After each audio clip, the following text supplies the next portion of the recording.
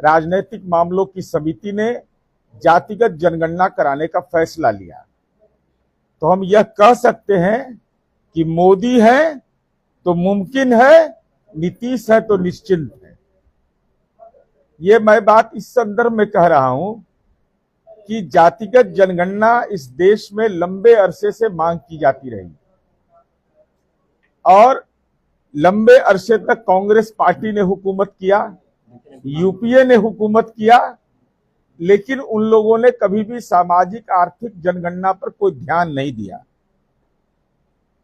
तो मैं आजकल श्रेय लेने का होड़ हो गया, क्रेडिट वार चल रहा है, तो हम जरा नजारा दिखा देना चाहते हैं। ये जो फर्जी लोग हैं और तथ्य के साथ बता देंगे कि कैसे इनका फर्जीवाड़ा है, तो जरा सा वो बोला वीडियो सुना दीजिए।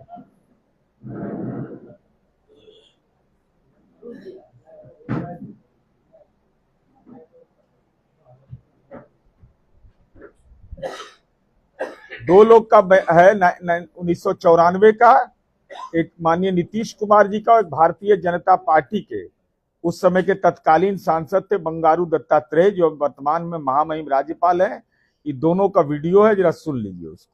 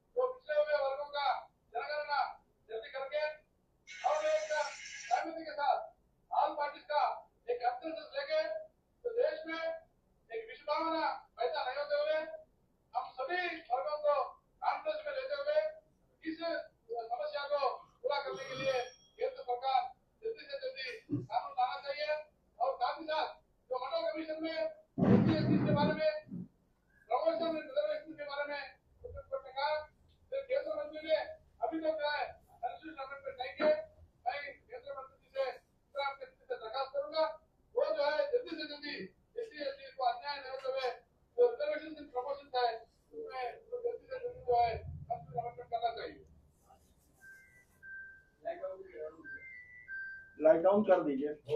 कहाँ पर रखे बोला कॉपी।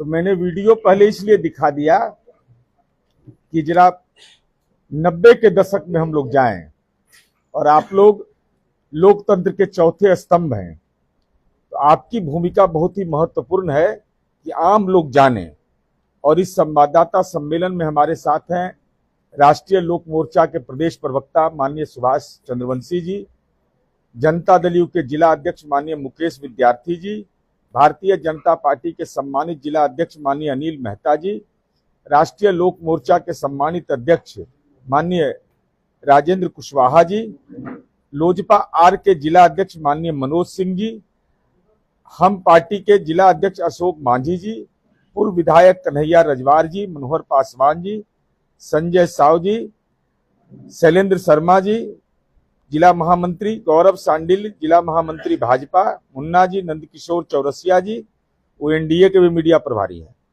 शेष कुमार जी, दीपक कुमार मुन्ना जी, राजीव रंजन जिला उपाध्यक्ष जनता दल यू, राम प्रवेश जी, विनोद चौधरी जी, संतोष सिन्हा जी, जयशंकर चंद्रवंशी जी एवं सम्मानित साथियों, साथी मीडिया के सम्मानित हमारे इलेक्ट्रॉनिक प्रिंट एवं डिजिटल मीडिया के सम्मानित साथियों। अब सवाल यह उठता है कि जातिगत जनगणना का यह श्रेय लेते हैं, तो हम यह जानना चाहते हैं, माननीय विधायिका अरुणा देवी जी भी आ गई हैं, उनका भी स्वागत करते हैं।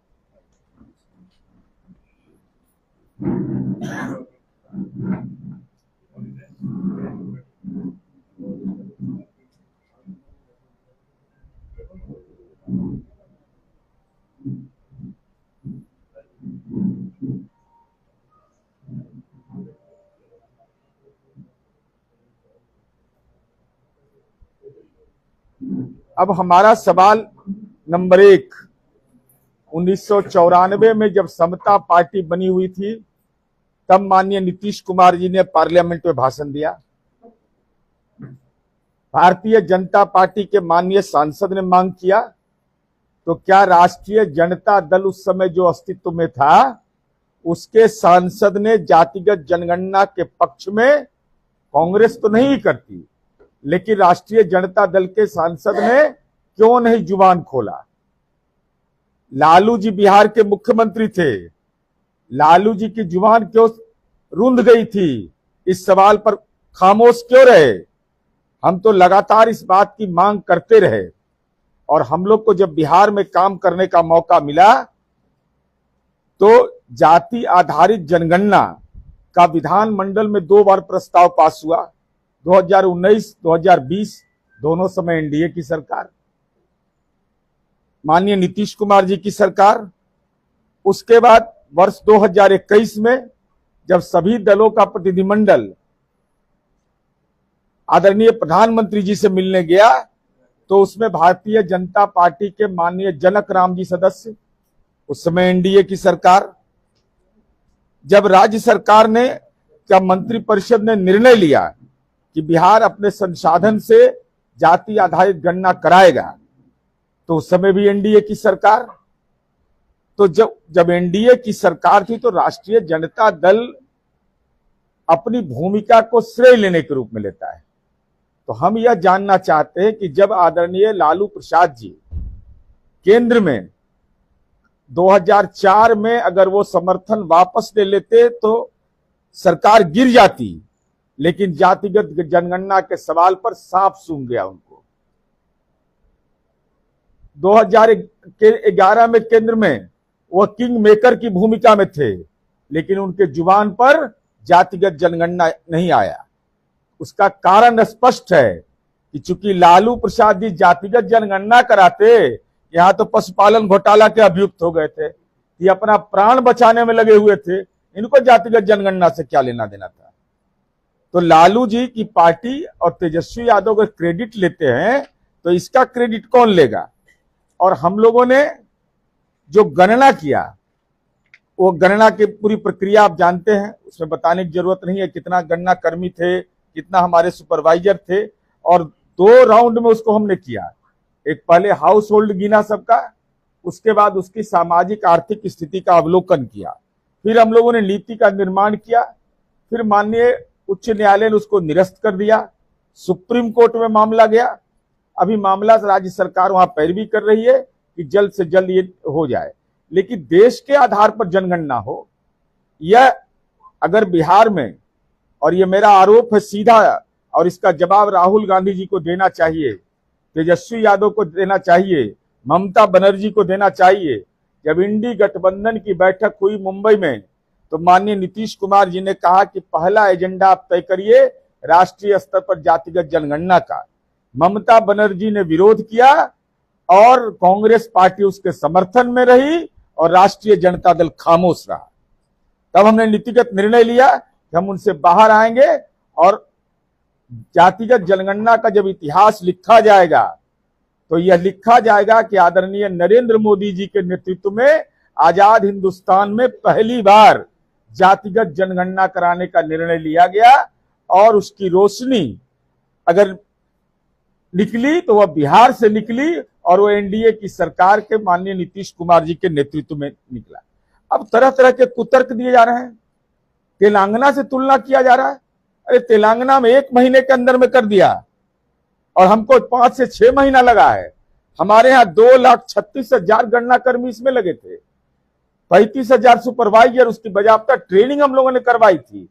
तो हमारा कहना है कि आप अगर बिहार में क्रेडिट ले रहे हैं तो कांग्रेस शासित प्रदेश या गैर भाजपा शासित प्रदेश में संवैधानिक व्यवस्था के तहत अगर बिहार में अड़चन नहीं था तो दूसरे राज्यों में जाति सर्वे क्यों नहीं हुआ? जाति सर्वे होना चाहिए था, तो आपने क्यों नहीं किया? कोई बाध्यता तो नहीं थी और केंद्र सरकार ने स्पष्ट रूप से कहा था कि भाई अगर राज्य अपने सीमित संसाधन से कराए तो किसी को कोई दिक्कत नहीं होगी।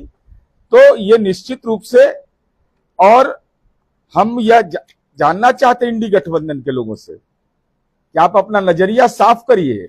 और जब इंडी गठबंधन से हम अलग हुए तभी जाप शुरू कर दिए, तरह तरह की बात बोलने लगे कि कास्ट सेंसस होना चाहिए, और कास्ट सेंसस अगर नहीं, बिहार में जाति सर्वे नहीं होता कि कहां से पता चलता कि लालू यादव को पटना में 43 बीघा 12 कट्ठा 16 दूर जमीन है, 468 करोड़ की संपत्ति कोई पिछड़ा वर्ग का होगा, कोई दलित के पास है, कोई अल्पसंख्यक के पास है, और जमीन किसका लिखवाया? सब पिछड़ा का, अल्पसंख्यक का जमीन लिखवा लिया। 468 करोड़ की संपत्ति केवल पटना में है। तो ये जाति सर्वे माननीय नीतीश कुमार जी ने किया, तब यह पता चला कि इतना का संपत्ति इनके पास है। मुजफ्फरपुर में छोड़ दीजिए 25 बीघा वहां है, छोड़ दीजिए गोपालगंज में पैतृक जमीन लालू यादव को 1 बीघा है और आज 75 बीघा के केवल पटना में मालिक है। तो हम तो माननीय प्रधानमंत्री जी के प्रति आभार व्यक्त करता है एनडीए और उनको बधाई देता है कि आपने राष्ट्रीय स्तर पर जातिगत जनगणना करा दिया। तो देश में ऐसे भ्रष्ट राजनेताओं की जो संपत्ति है, जो बेशुमार संपत्ति इन लोगों ने जमा किया है, वह सब आइडेंटिफाई हो जाएगा। और जब आइडेंटिफाई हो जाएगा तो दूध का दूध और पानी का पानी हो जाएगा। और कास्ट सेंसस ब्रिटिश काल के बाद लंबे अरसे तक नहीं हुआ, तो कलंक तो कांग्रेस और यूपीए को लेना होगा। हम लोग को काम करने का मौका मिला तो हम लोगों ने इस काम को किया है, और हम लोगों ने जो काम किया है उसके बारे में कोई प्रमाण देने की हमको जरूरत नहीं है। हम केवल यही नहीं किए कि 94 लाख परिवार को आइडेंटिफाई किया, बल्कि बिहार लघु उद्यमी योजना से उसको आच्छादित किया। उसके लिए प्रक्रिया हमने बनाई कि 2 लाख रुपया देने का जो अनुदान देने की प्रक्रिया है, उसकी एक प्रक्रिया है कि पहले हम उनको 50,000 रुपया देते हैं, फिर उनको ट्रेनिंग हम 3 दिन का देते हैं, फिर उनके मशीनरी के लिए उनको पैसा देते हैं, फिर उसके बाद उनको जो उसका ऑपरेटिव पार्ट है उसके लिए हम पैसा देते हैं। तो और कल्याणकारी योजनाओं के अलावा अगर छात्रवृत्ति मिल रहा है, वृद्धावस्था पेंशन मिल रहा है, या विभिन्न योजनाओं से आच्छादित है, तो उससे अलावा तो उनके जीवन स्तर को और समाज के सारे तबके सन्निहित हैं। उसमें कोई भी अगला हो, पिछड़ा हो, अति पिछड़ा हो, दलित हो, महादलित हो, अल्पसंख्यक हो, सब की हिस्सेदारी हम लोगों ने तय किया। तो ये हमारा जो नजरिया है वो सर्वांगीण विकास का है। तो हम जातिगत जनगणना कराने के लिए आदरणीय प्रधानमंत्री जी के प्रति, गृह मंत्री आदरणीय अमित शाह जी के प्रति आभार व्यक्त करते हैं। और बिहार से जो रोशनी ये चली वह देश के अंदर में फैल गया, यह देश के लिए, जनता के लिए भी एक सुकून है। और देश के संविधान निर्माता डॉक्टर भीमराव अंबेडकर की जो प्रस्तावना है कि सबका विकास होना चाहिए, उस परिकल्पना को साकार रूप अगर किसी ने दिया तो केंद्र की सरकार ने दिया, ये हम उनके प्रति आभार व्यक्त करते हैं। अब माननीय सुभाष जी से हम अनुरोध करेंगे कि वो अपनी बात कह दें।